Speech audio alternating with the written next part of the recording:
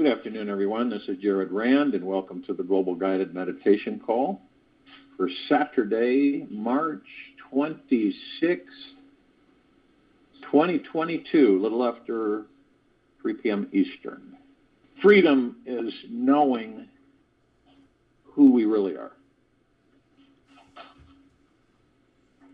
We are infinite souls that have no limits on what we can manifest and experience. We are the source of pure consciousness. Our being is so vast that it can never be contained. We are freer than 1,000 golden eagles soaring into 1,000,000 purple sunsets. So it's a choice. Let go of our smallness and fly far beyond our mind's apparent limitations. The infinite skies are ours right in this now, right in the now, today.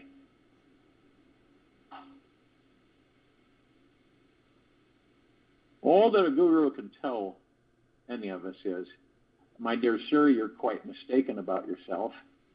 You are not the person you take yourself to be, Nisargadatta. Every human being was born to transcend their apparent limitations. Every day, we are given a set of specific challenges to overcome so we can grow, learn from our mistakes, and become a stronger, healthier, happier, and smarter multidimensional being. From simply living 20 to 90 years of life, we are meant to master it. We are here to learn how to deeply enjoy this amazing, blazing, glorious celebration of existence. And the only thing stopping us are the emotional memories from the past in which we've over-identified ourselves as being something less than divine. To start liberating our lives today begins with getting in touch with those emotions we tend to run from and avoid. These are often feelings such as rejection, failure, guilt, shame, desperation, hopelessness, feeling lost, unloved, unworthy, unwanted, and in total despair. Nobody enjoys being in these experiences, yet the good thing to remember is that each one is temporary. They simply come as if from out of nowhere, and then they go away. Each negative feeling shows up because it has something exquisite to teach us about ourselves. We wouldn't really get to know ourselves very intimately if we didn't have them. We only become truly outrageous, unstoppable, magical manifesting beings when we are given such massive inner demons to overcome. The secret to healing our emotional lives is a three-step process. First step is finding out where and what are the negative feelings we're still holding on from yesterday's emotional news. We must choose to pull out and look at the leftovers stuffed in the back of our emotional refrigerator. Whenever we have a trauma such as rage, grief, guilt, depression, shame, fear, or any high-volume emotion that isn't fully allowed to be felt and experienced, it gets shoved into the back of our emotional closet and begins to rot and spoil. These harsh experiences are rarely digested, and so they just sit in the most hidden secret emotional storage facilities inside our bodies, waiting sometimes for months to get triggered by an event, person, or situation to come out of hiding. When we do an inspection inside our emotional refrigerator, what feelings do we find? Anything we may tend to control, micromanage, or cannot express is going to be rotting away at us. What do you think would happen if you choose to explore it, be curious about it, and even express it? There is good within every apparent bad thing. The dark emotions that aren't so uplifting pull us down so we can deeply and deepen and soften into the super sensuous body we are living in. Without negative emotion, we would be as hard, automated, and rigid as mechanical robots. Once we find out what's being stored in the back of our emotional refrigerator, the second secret step is to pull it out and listen to its story. Everyone has some emotional disturbance in their past that has deep meaning to them, even if it was not getting the chance to sit on Santa's lap at Christmas time. What's the most sad, hard, cold, or deeply unwanted experience of your life that is not fully digested and tends to rise to the surface for you? How do you usually deal with it when it comes up? Do you try to look into it and see what actually it is? The secret technique to this second step is telling your story to a good friend or even a loyal dog will do. But just listen to yourself as to what the main theme of your story is all about. Listen as if you were hearing it for the very first time. Sometimes we have so many things packed in our emotional fridge that we cannot find or see anything in it, let alone what is in the very, very, very back of the fridge in our childhood. We may tend to not see what's in front, denying feelings we had a few hours ago. We may even become so blind that we believe that what we really are afraid of is not the negative feelings, but the positive ones. We may become afraid of falling in love again, opening our heart to someone new, and letting love touch the heart of our very soul.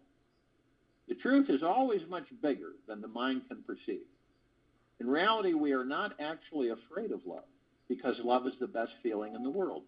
What we are afraid of, however, is losing that love or returning to the experience of losing that love, whether it is through feeling abandoned, rejected, or ignored again.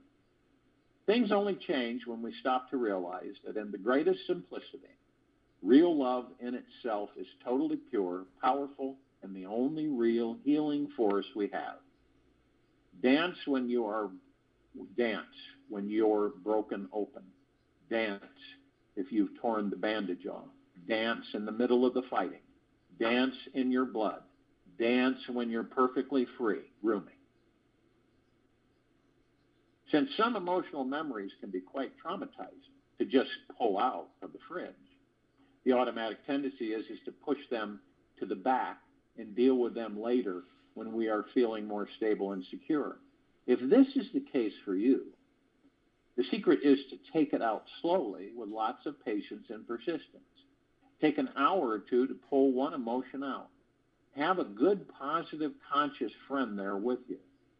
And when we take the time to face the leftovers in our fridge, we come to find out that each one contains a secret source of healing nutrients. If they didn't have any goodness, if they didn't have any goodies, we wouldn't be keeping them in the fridge for all this time, would we? The key is to have the courage and desire to pull them out, digest their nutrients, and reap the benefits. We instantly realize our full manifesting potentiality when we have access to all our emotions. Emotions give us our energy and power. We can only feel total freedom in life from consuming and digesting all those hard memories and feelings that keep regurgitating up inside us. We must choose to pull out the nutrients from the pulp. We must choose to extract whatever gold we can find in our leftovers so that we can stir them into the compost of our soul. To try to toss out an old traumatic leftover that you've kept for a decade or two without sucking all the goodies out would feel like a sheer wastage. Each emotion contains the right energetic nutrients we need in our lives. When you've totally cleaned out your emotional fridge, there will be a healthy, spacious, positive, empty feeling inside you instead of a negative, empty feeling that seems to be missing out on life or lacking something. You'll know when your emotional refrigerator is all cleaned out, as there will be a deep, healing, expansive feeling that simply blasts your heart wide open. When we deal with our emotional doggy bags and empty them out completely, we have more time and space for yummier goodies. Life is trying to pump us full with amazing experiences. Every day we are given a new one to consume. Yet, if we are still dealing with what's hiding in our fridge, we cannot digest any one experience fully. We carry our emotional fridge with us wherever we go, and it can become quite easily stuffed. If we don't eat the new dish served before, we have finished up the old. Before we know it, we are filled to the rim. And the last thing we want to do is open up, trust life, and let in love, which simply means we are too busy being a tightly sealed container of rotting leftovers. But a man's reach should exceed his grasp, or what's a heaven for? Robert Browning. The third secret to healing our emotional lives is to immediately feel, deal with, and release whatever emotions we have in each moment. If there is something traumatic that occurs today, we must take the time immediately to experience the feeling and practice releasing it. This means feeling into the core of it, finding peace with what it is. This is the most healing approach we can have. This way, we become fully liberated in each moment from the inside out. The undigested emotions that are still there will only force us to reach a deeper place of freedom within our deepest, darkest emotions as the energy and motivation to get beyond them. The body is a very interesting metaphysical machine, and that when heavy emotions are stored in our bodies and are not consumed, they will physically manifest as extra weight and fat. This blubbery protection agency acts as a guard to protect us from the deep pain we are in underneath the surface. We stuff ourselves to keep the pain away and use food as a feel-good vehicle to find love. Now, if you're the type who is thin, fit, and you think your fridge is spotless, and you don't know what your leftovers are, just ask your closest friends who know you well. Anyone who you've allowed yourself to be close to or real and authentic with will know what you're hiding. Just open yourself up to this person and allow any feelings, any leftover feelings from your past to resurface. Ask them to help you dig deep and sift through your emotional fridge with you. Give yourself permission to feel into any emotion that arises, allowing it to become as strong as it needs to. And this will bring up all the goodies that are hidden. Soon, you might get a strong, pungent sniff of a leftover oozing out of a container from your childhood. Yeah. These are the best tasty morsels to be cherished. Don't try to avoid the strong, pungent odors and cover them up with a sweeter fragrance. Simply reheat, pull it apart, and attempt to digest it. The few morsels of nutrition you find will awaken you to new patterns of feeling, believing and seeing this amazing world that is all around you now. Life is a mystery.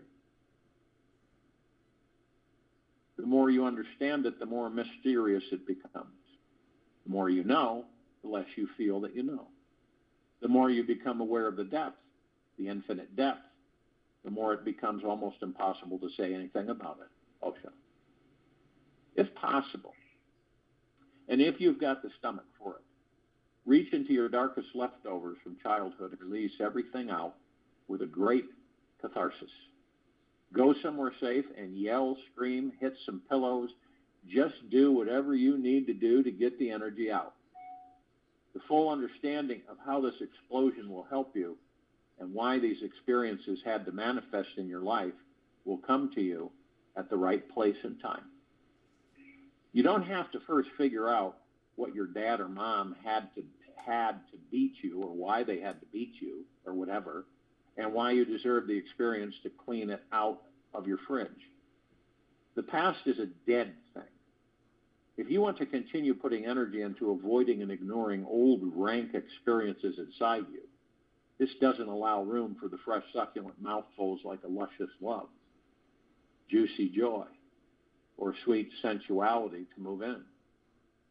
If you found yourself becoming triggered by the smallest things in life, it's a good sign that you have some leftovers, that they are starting to rot and smell. If you find people are avoiding you, it means you're desperately needing a deep cleaning. There is something very powerful and liberating about releasing all the pent-up emotions that are buried inside us. You may often wonder if this joyful feeling of letting them go isn't the main reason why we tend to hold on to them in the first place. Many wonderful insights and deep realizations that can only occur through deep emotional cathartic release. You'll find that over 95% of diseases simply disappear when there is no longer an emotional attachment hooked into your body, into your body's memory, around certain traumatic events. We really have no idea how much joy, healing, and freedom is possible inside our bodies until we get a whiff of clean air when the emotional garbage has left the building. The key is to be patient with our investigation and use every little thing that triggers us in life as a light bulb to locate the doggy bags that are hidden deeply in the past. This is all part of the experience of the deep inner cleansing process after your fridge is cleaned out. I highly recommend filling it with the most exotic, empowering experiences available. Start living the life of your dreams and doing those things you always wanted to do and experience. Stop holding back on life and truly go for it.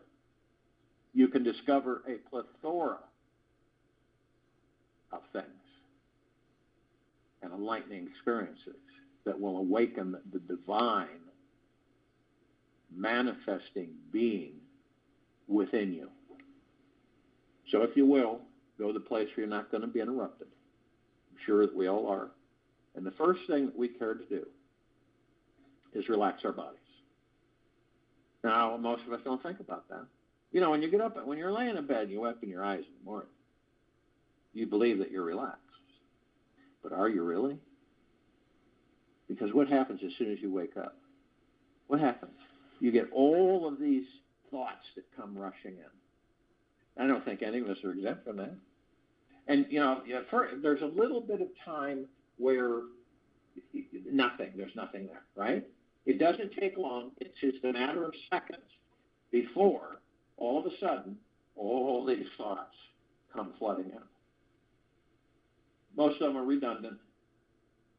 Most of them are about the past, some the future, but nothing about the now.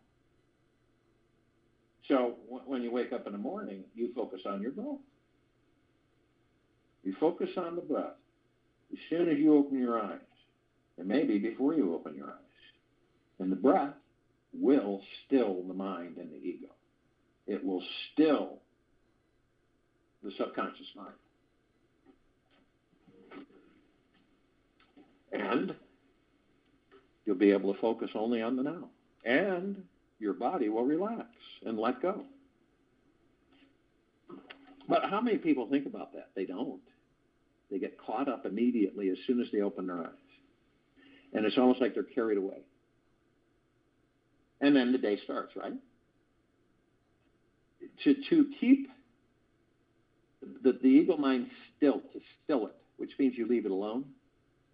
And you leave the subconscious mind alone, and so you're in the now, only in the now. You're only focused on your breath, listening to the breath in through the nose and out through the mouth.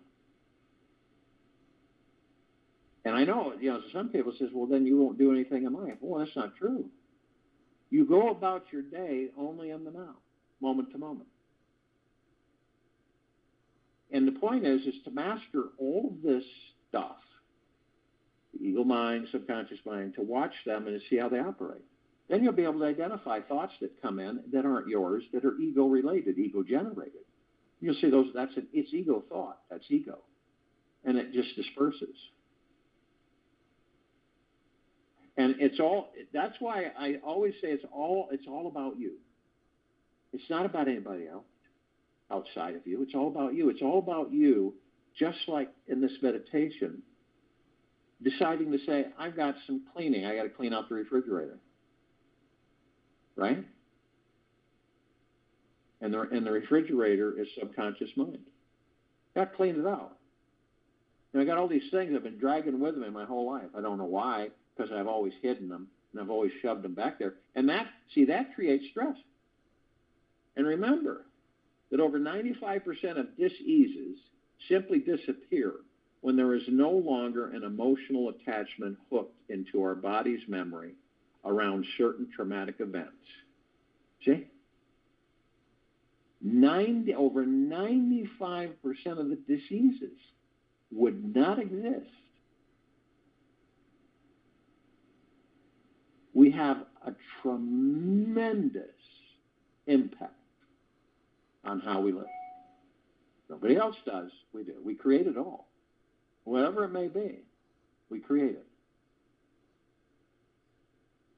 And then the universe will send things in to teach us that we might say, whoa, what's going on with this? Why do I have this happening in my life? Instead you go, what's this teaching me? There's something about this that's supposed to teach me something. I know it. And that type of focus is a lot different. It's freeing. So you face these things and you say, what's this? What is the universe trying to teach me? You know, what is it? What's the message here? And there's always a message. There never is not one. There's always a message. So when events happen or things happen, take place, we allow things that we experience from childhood all the way to the present, right to the now, that affect us, affect our emotions and how we perceive things. And, you know, what risk are we going to take?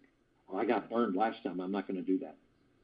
See how we get conditioned? We get so conditioned that we fall asleep on ourselves.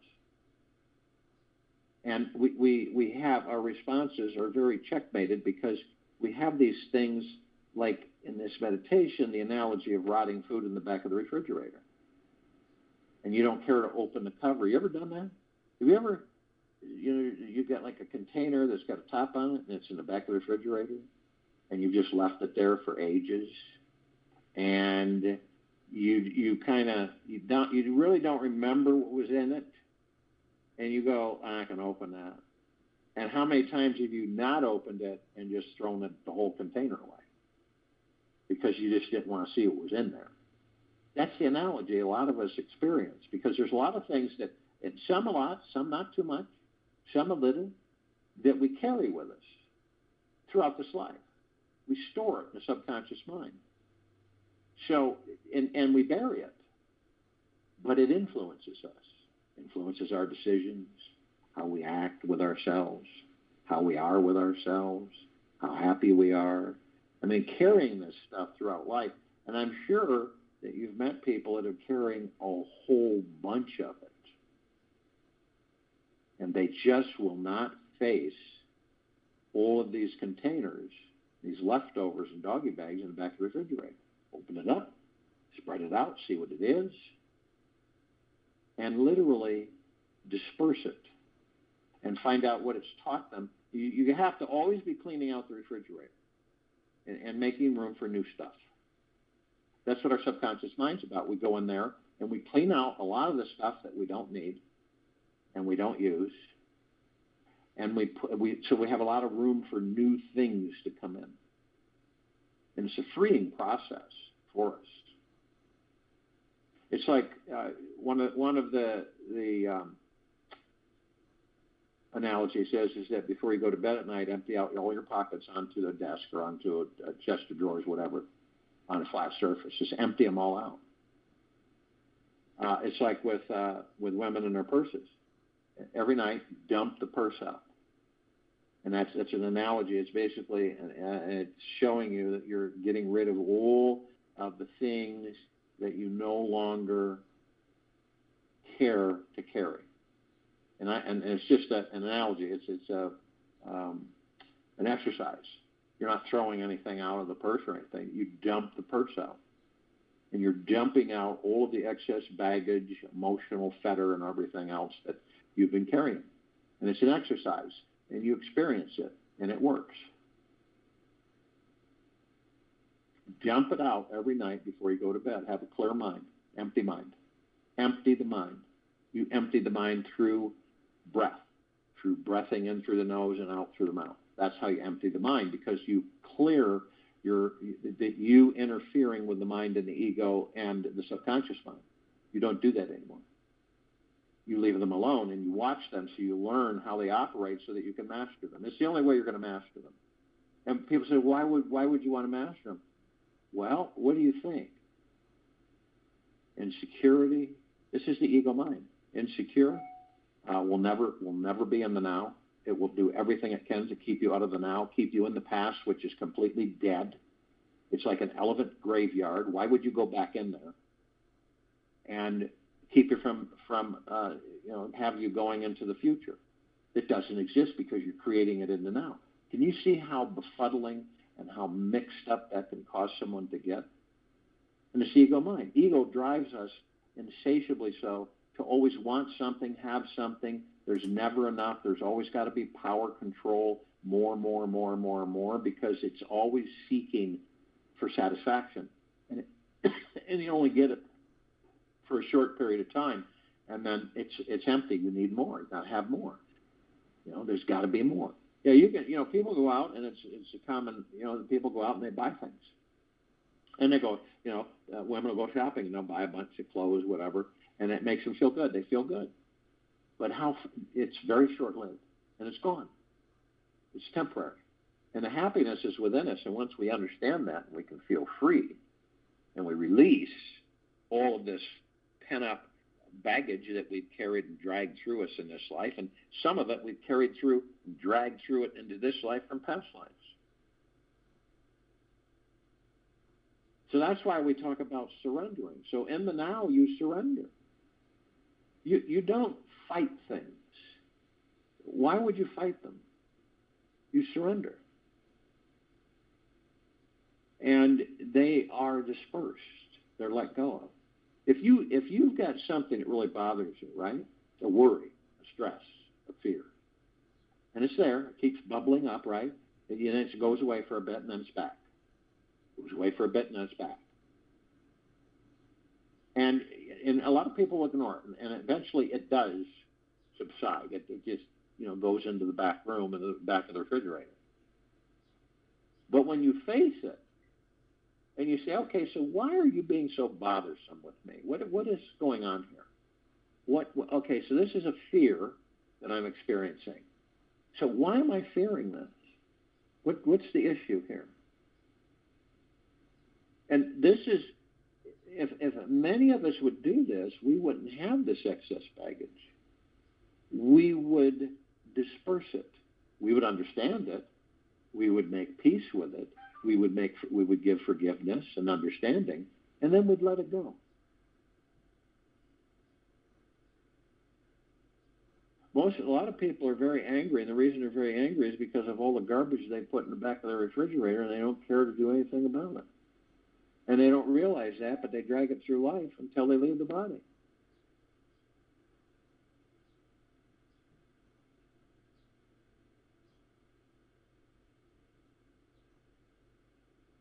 Now, you can picture yourself standing in front of 3 paths. All these paths, they all look the same. You can see where the golden trees that form canopies over each path, and the trees, the leaves, the bark, the branches, and everything are shimmering gold. And the path itself is a vibrant, brilliant, emerald green, flaming grass. Looks like grass.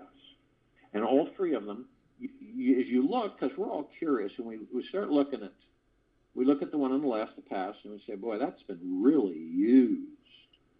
And we look at the one on the right, And we say, that's been really used. That's the future. Now, we do all reminisce, right? We don't reminisce a lot. Some of us will it'll be kind of a short instant. And when we do reminisce, whatever spurs it, a song, somebody's conversation, or just sitting and it comes in, we go on our subconscious mind, which is the replay.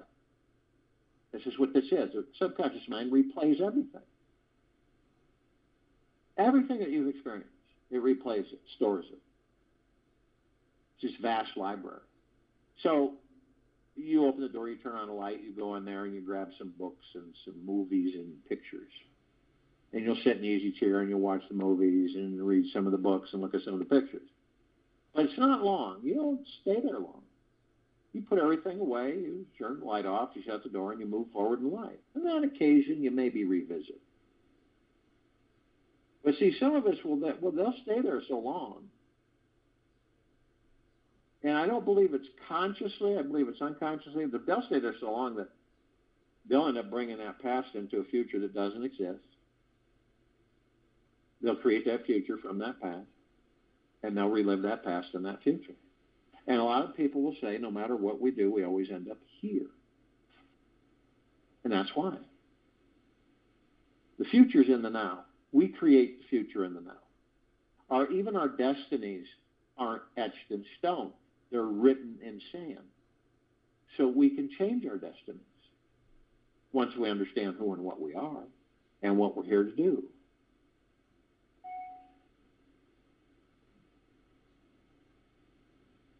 But we do. We go in future. None of us are exempt from it. We find ourselves wandering off and asking ourselves questions on, when is this going to happen for me? Why is this happening to me? What will be the outcome? Okay.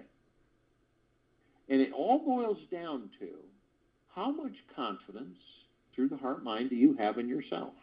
How much do you trust yourself? Implicitly? A little bit? Not at all? It's all about you.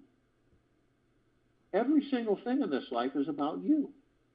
Because once you get your house in order, once you discover, by choosing to discover, by going within in the inside journey, and you clean off the countertops, and you clean the kitchen, you do your spring cleaning, and you get all this garbage out of the back of the refrigerator, and you put it out there, and you dump it out, and you say, okay, all right, now I'm going to eliminate this by forgiving and understanding and embracing and understanding what the lesson was and what I learned and what I experienced, and then throw it out. That's it. And when you do that, you're in a freedom zone, and you feel much lighter, and you feel just totally free, and you have no limitations. Do anything, go anywhere, however you feel, and goodness. And then what happens? Imagine how omnipotently powerful you are around others. See, because you know you don't ridicule yourself, you don't cut yourself down, you aren't hard on yourself, you're very gentle, kind, and generous and humble with yourself. And you're in deep gratitude at all times. So what does that mean?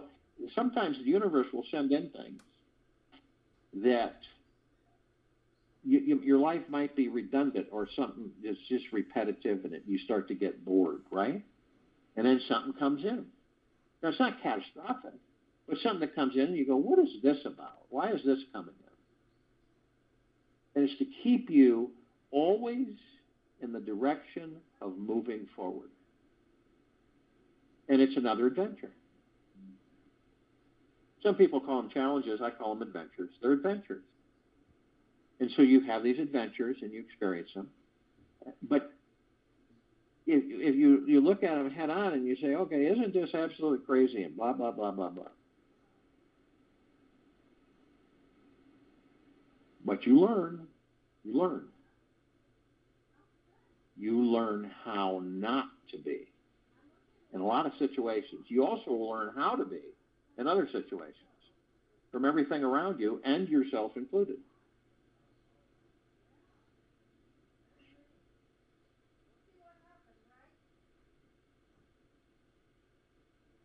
And how many times do you seek external authority? How many times, because of the lack of trust that you have in yourself, right? All of us experience this. Lack of trust you have in yourself, doubt, right? And you ask someone else, what would you do? You ever done that?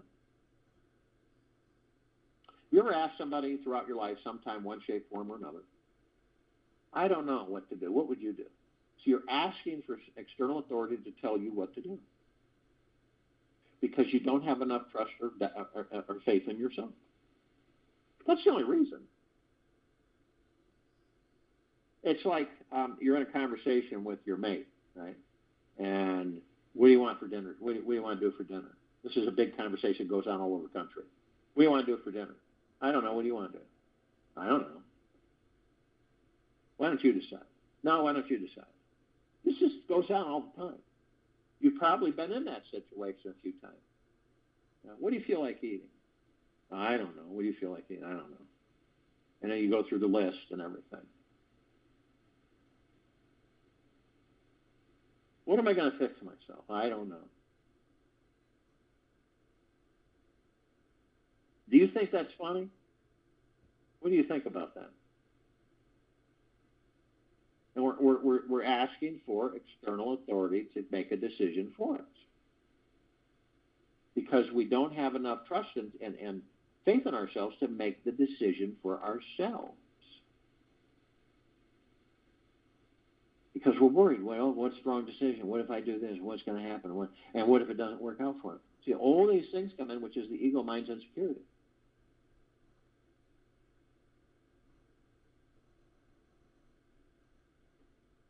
Now, you look at that body that you're in.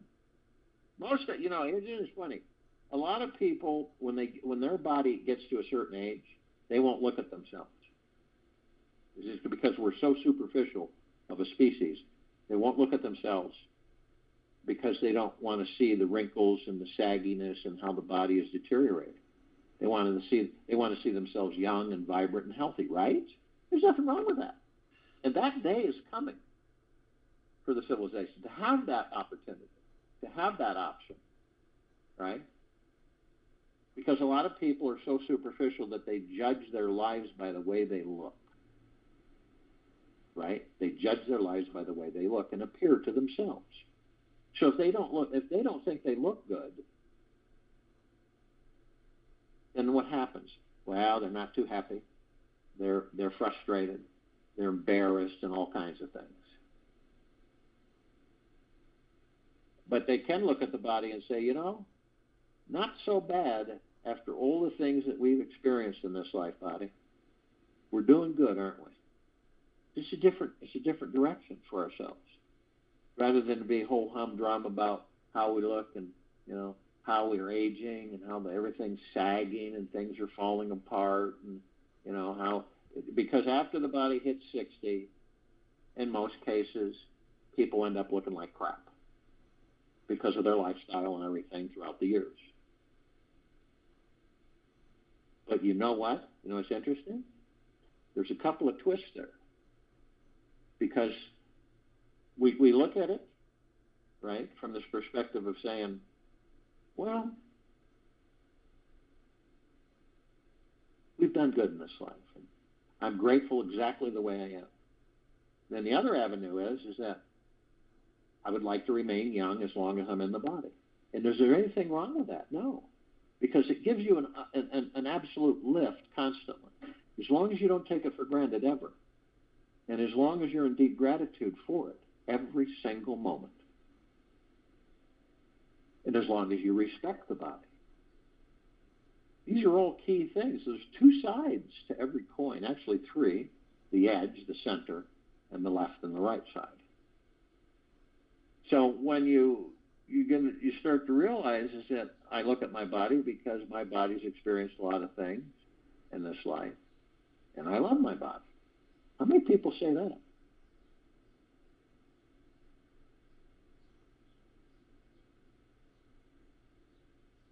Or you have a really, really beautiful woman and a young woman, and people say to her, that's not going to stay there forever. You're going to get old and you're going to lose your beauty. And that conversation is going on this planet right now. So don't get so arrogant to think that you're going to look that way throughout the rest of your life. And that's just the ego from that person talking. So it's all about you. Because then it becomes all about everybody else, because the more you know yourself, the more impactful you are with others. The more you understand, the more loving you become, the more patient you become. That's why it's all about you, which is every one of us. It's all about ourselves.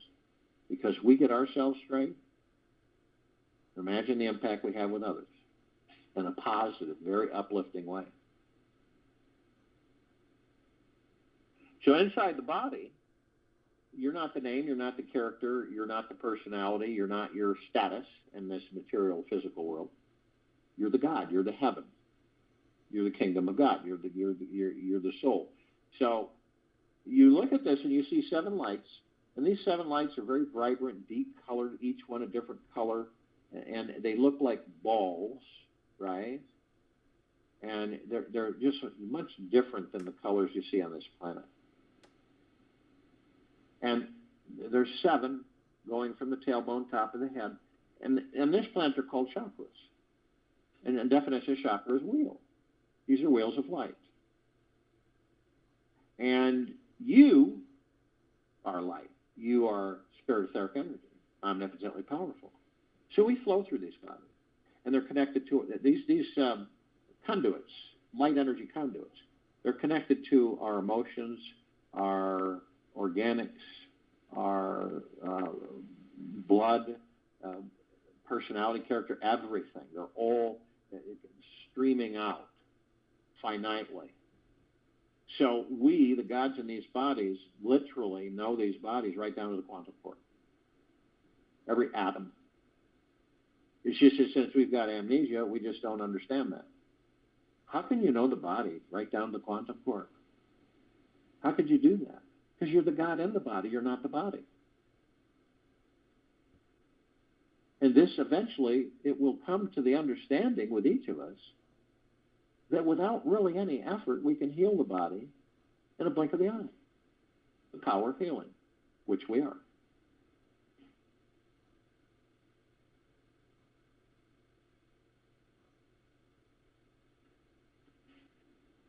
And it's real easy to understand for some, not everybody, but we are consciously aware.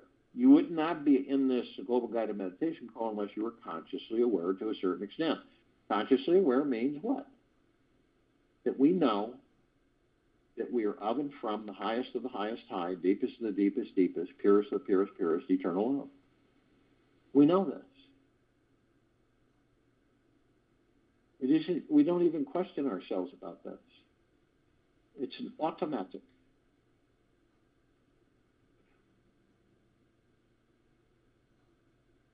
And we entered the body, we're the heaven, enters the body, the earth, and we power up the body with the power that we are, and then everything goes online.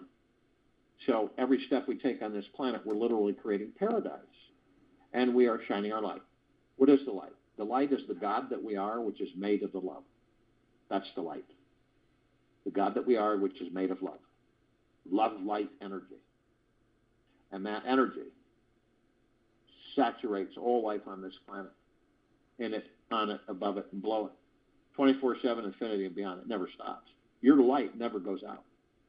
None of our light goes out. Never goes out. Ever. Now, you know, you're looking at a planet, and some of us may discover in this lifetime. Some of us, for thousands of lifetimes, have not discovered that. But you may discover that when you do decide to leave the body and you're out in the sacredness of space, as this bowl of light, this pure energy, light energy, that you will have a light. And this light is so bright that you are. It is brilliant. Nothing compares to it. So when you have another light show up and try to seduce you to go into it, you will know that that is a matrix trap. Period. Because understand something. When you leave that body, that life is done. It is finished. period. You don't go back and you don't re-enter the body and start that life over again. It is done. Fine. So, and then you go out into the expanse and figure out what you want to do next. What physical form you want to inhabit. Or if you even do. So you can take a starship off planet and go out far enough so the planet looks like a basketball. And you'd see the planet globe. And just 8 billion of us humanoid form. What about all the trees? What about all the animals? What about everything else that is being experienced by gods? It's just massive. And you will see that this planet glows, and you will see all the lights in the universe pale in comparison. Be like a lit candle in a pitch black room. Dim, dim, dim. So God planned a paradise that glows. And the light that it emits is pure, deep, eternal love. Picture that. Because that's where we're going.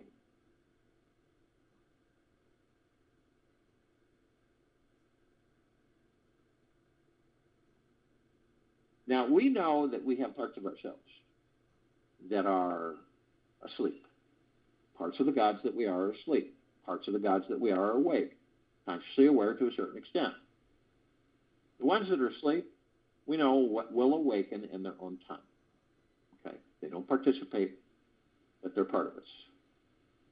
The ones that are consciously aware do participate. They're the ones and why we're in this global guided meditation call.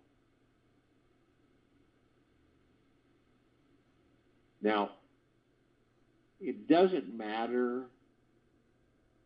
This is the illusion in the matrix that because you're in a body, right? The God that you are is in a body, and you look down a ways and you see some other people and they're separate from you. It's a really convincing illusion, isn't it?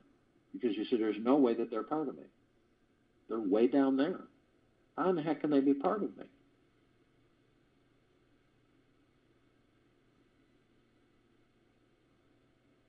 And if you were to leave the body and you were to look around, you would understand that everything is a part of you.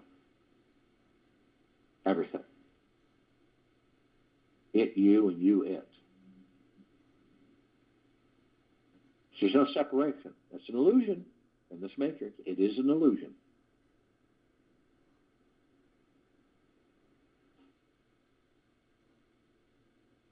So this is all the light energy beings and all that there is, ever has been, ever will be, ever beyond, and forever. This is the archangels, the cherubim, the seraphim, the archetypes. Ascended masters, Kuan Yin, Maitreya, Buddha, Lakshmi, Ganesh, Gaia, Saint Germain, Christ, El Morya, Abundantia, Pel, Thoth, Yahweh, Yeshua. All the inhabitants of inner earth, hollow earth, Agartha, and beneath it.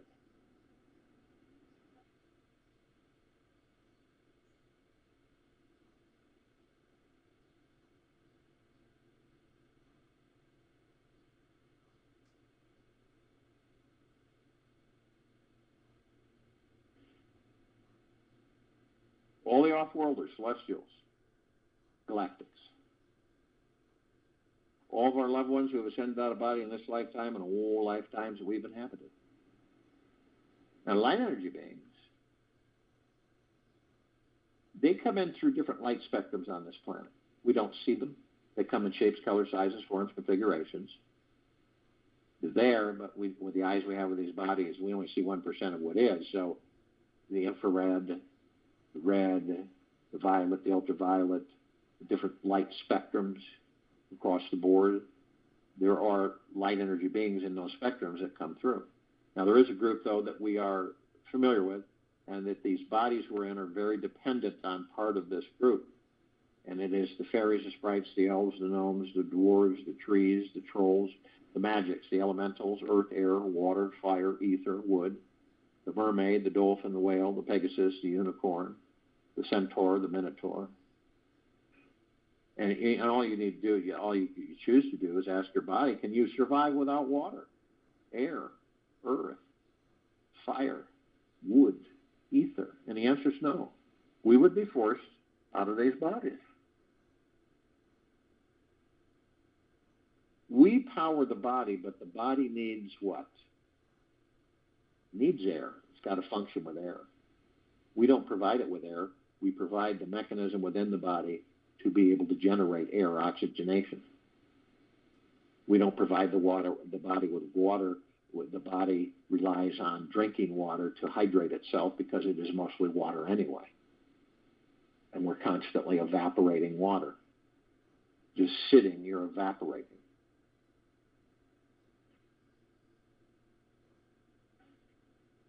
So these bodies are very dependent on the elementals. A lot of people just don't even focus on that. It also is another reason to be grateful for this planet that we are currently on, in, above, and below. Now, the Ascended Masters, they've ascended into physical form, and they have mastered physical form. They have ascended out of physical form.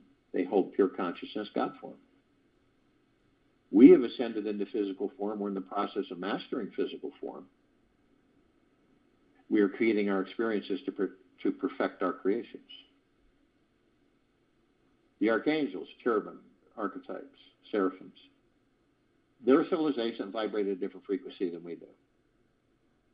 Now, we don't see them like we see each other, but the gods in them and the gods in us are one.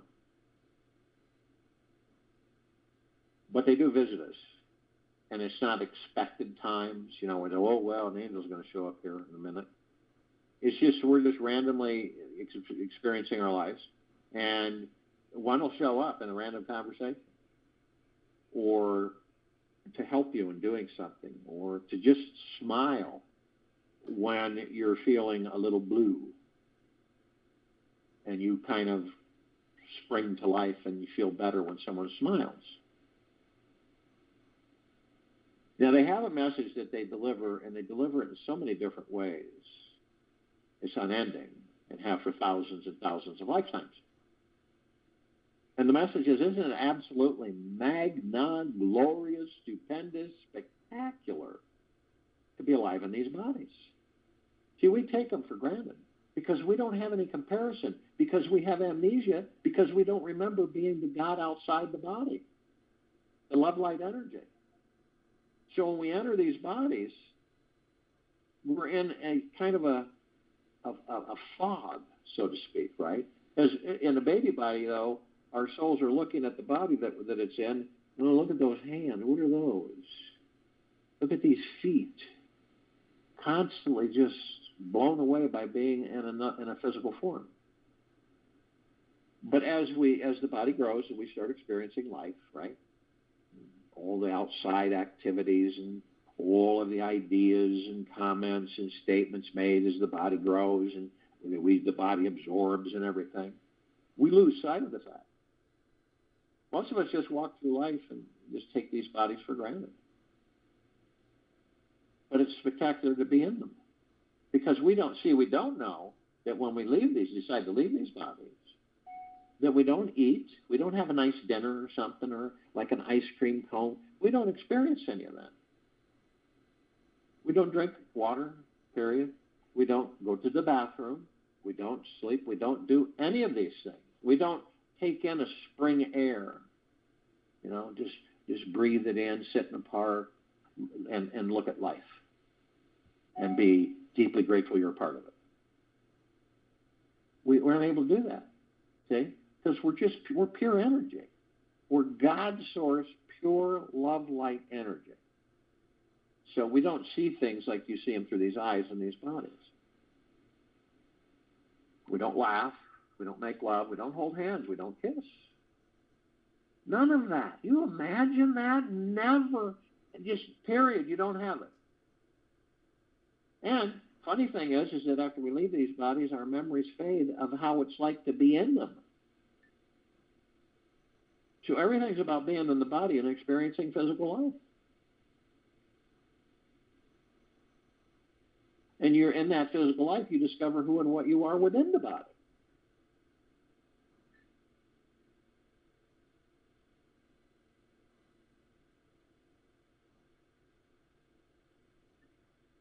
Now, they can surround any one of us at any one time in the tens of thousands or even tens of millions. Because of their vibrational frequency, they can hold a large number in a small area. And, if you wish, ask them. In a blink of the eye, they'll be there, and you'll be in bliss.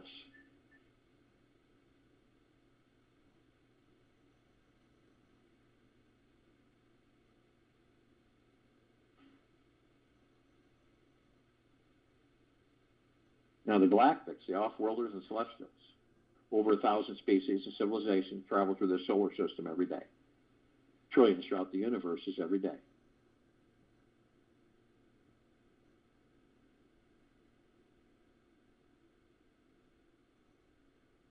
We're familiar with a small group. Pleiadians, Sirians, Arcturians, Andromedans, Felines, Zeta Reticuli, Anunnaki, Nords, Greys, Draco, Reptilian, Golden Pyramid, Avian. This particular group has been assisting us in our physical evolution, enlightenment, ascension, freeing ourselves from our own self-imposed bondage and our own self-imposed slavery. Now, we're all focused, hundreds of millions of us on and off world, we're focused on this planet, right? And for its full liberation. Complete elimination of lower dark matter, survival matter frequencies. That's what's happening. They're vaporizing. You can see them through your heart-mind's motion picture as this blackest of the blackest black vapor that's leaving the planet. You see it everywhere. And it's not hanging around in the upper atmosphere. It is literally leaving the planet permanently. And everywhere you look, imagine you're just hovering in the sky and you're watching all this black of the blackest black vapor leaving the planet from every area of the planet, on it, in it, above it, and below it.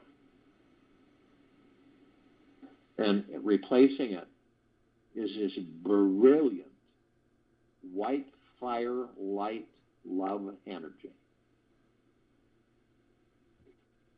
And you can see it coming in and just literally saturating everything, falling everywhere.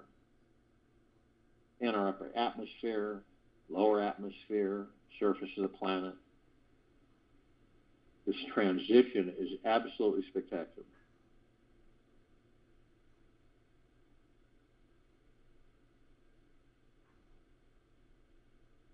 Now we're all together, focused on this, in full compassion, non-judgment, non-ego, non-negativity, stillness of mind, gentleness, kindness, generosity, and humbleness, tranquility, benevolence, prosperity, abundance. We're all one,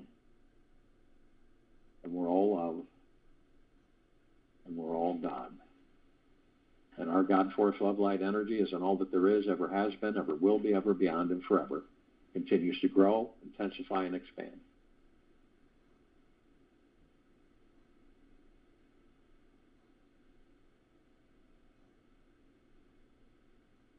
We immediately form a massive, super bright white fire circle of light around the equator of this planet Earth, Gaia Arya.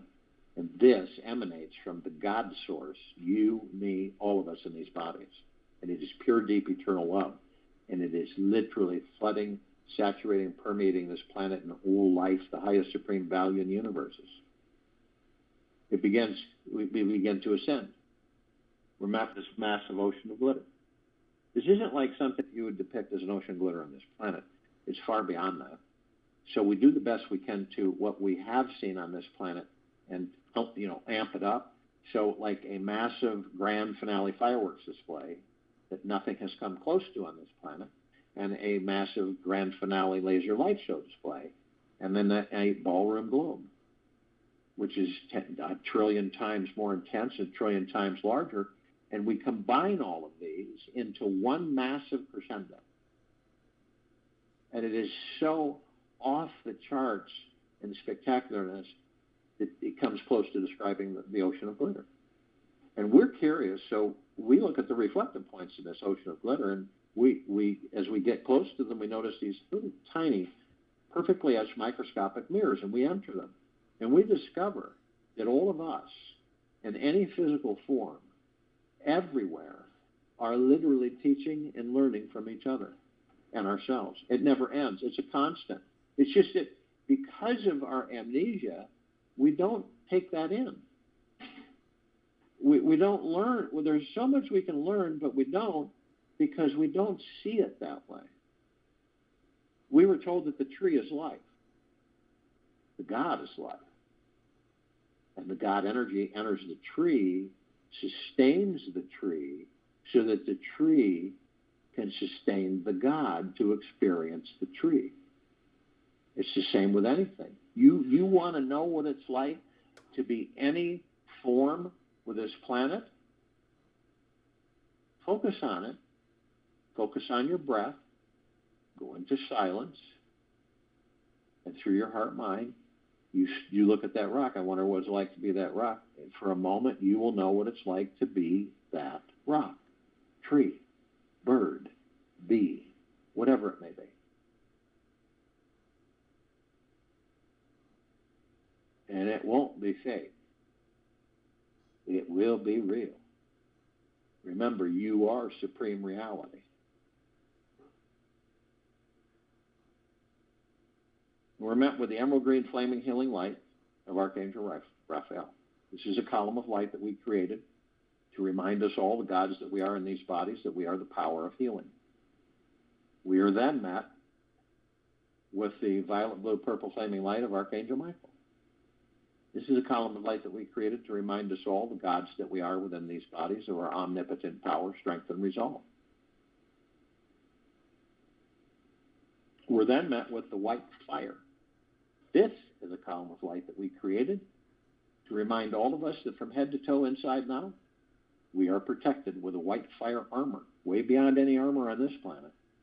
White fire armor emanates from the God Sword, the love that we are. Highest of the highest high frequencies.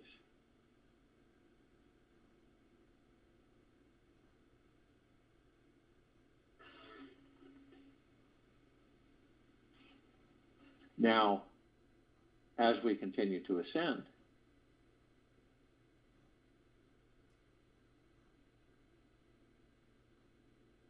and we have the white fire armor, no lower dark matter, survival matter frequencies can penetrate. No demon possessions. No attachments. Ever, ever, ever. But only you have the power that if you decide to lower your vibrational frequency low enough, through hate, anger, revenge, fear, greed, hurriedness, envy, jealousy, you'll lower your vibrational frequencies low enough, whether consciously or unconsciously, to create a breach in your white fire armor, allowing all the lower dark matter, survival matter frequencies to come flooding in. Now, if you do decide to do this, because then you have possibility of demon possession, attachments, and so on and so forth. But if you do decide to do this, you're immediately met with a double column of light. First part of the column is a purple transmuting flame.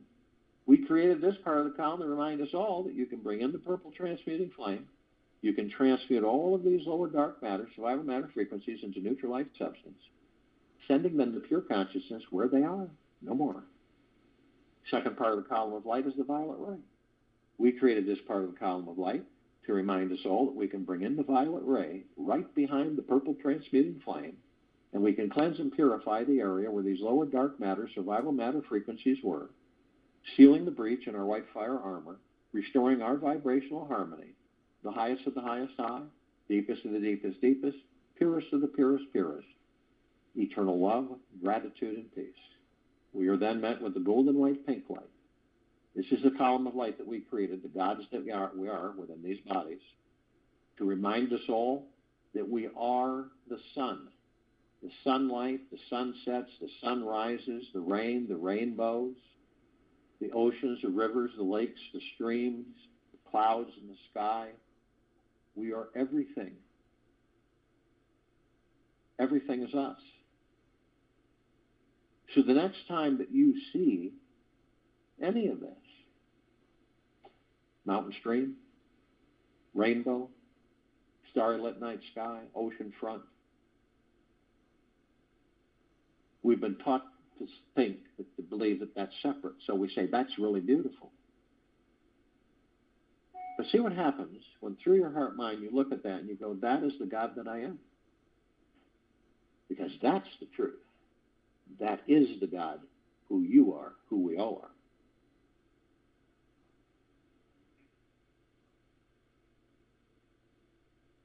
We continue to ascend above the planet. And as we do, some of us step outside of our physical forms, those of us carrying physical forms, and hover effortlessly above them. The reason we do this is because it's fun, and we can. We come into full contact with this massive crystalline light tower. It's at center circle.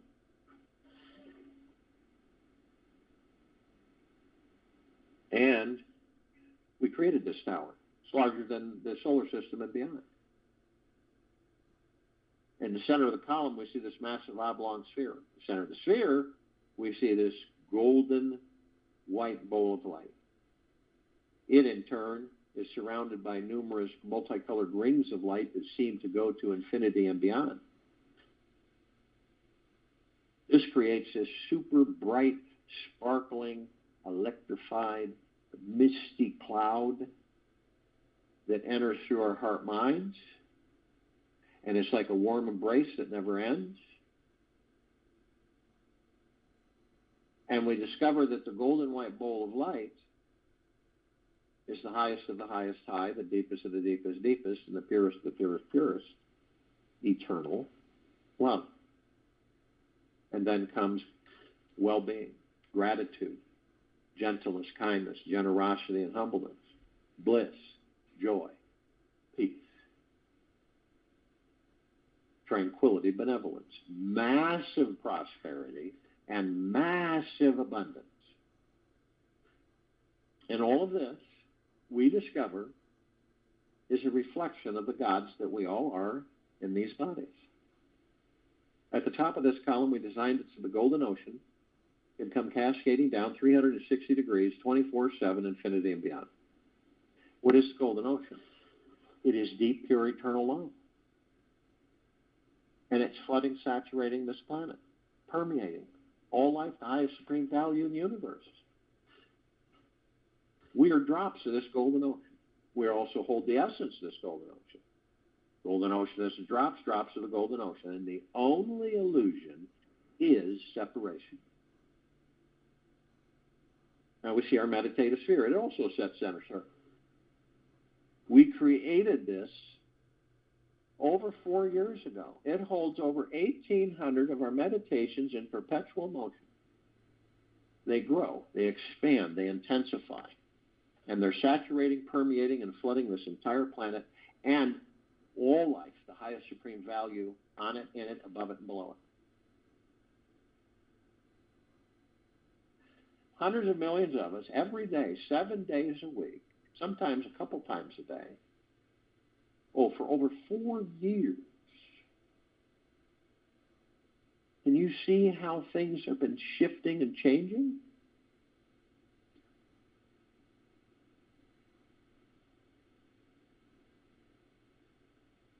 You see that dark matter, that vapor. I wonder why that's leaving the planet in droves.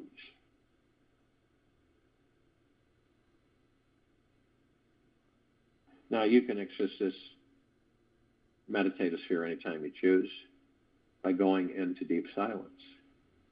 The goal of the spiritual path is to become fully conscious. This means to explore what is unconscious or hidden from your plain view. For today, allow whatever you don't want to look at or see within rise to the surface to be seen, felt, heard, and loved. Get out a piece of paper and pen and continue writing whatever feelings arise to the surface. Don't stop writing for 30 minutes, even if it's the same words over and over and over again. Continue letting go of whatever is inside you on the paper, releasing it from your unconscious mind.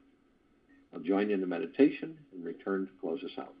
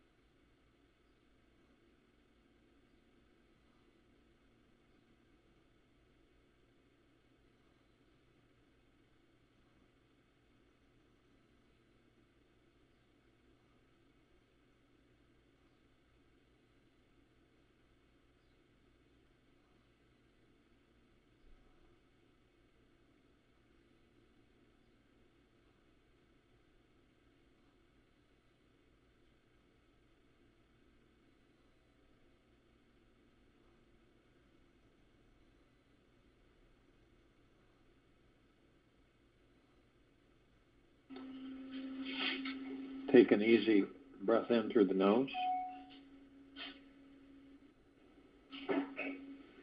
And an easy breath out through the mouth. Be still. The basic struggle of our lives in its essential nature is divine. Respect the struggle and it will relax. And you will see the real beauty of your being. Notice today that it is that you are continuously struggling against, what it is. Take 3 minutes and let go of any agenda you have that is causing any sort of internal battle. No matter how important it seems, explore what it feels like for a few moments to be free from it. Releasing is an absolutely effortless process. There is no efforting in letting go. Just set the intention to release the struggle and let the universe handle the details. Take this with you for the rest of the day, into the evening and night the following morning. We will return here Sunday, March 27th, 3 p.m. Eastern, 2022, to continue our global guided meditation call.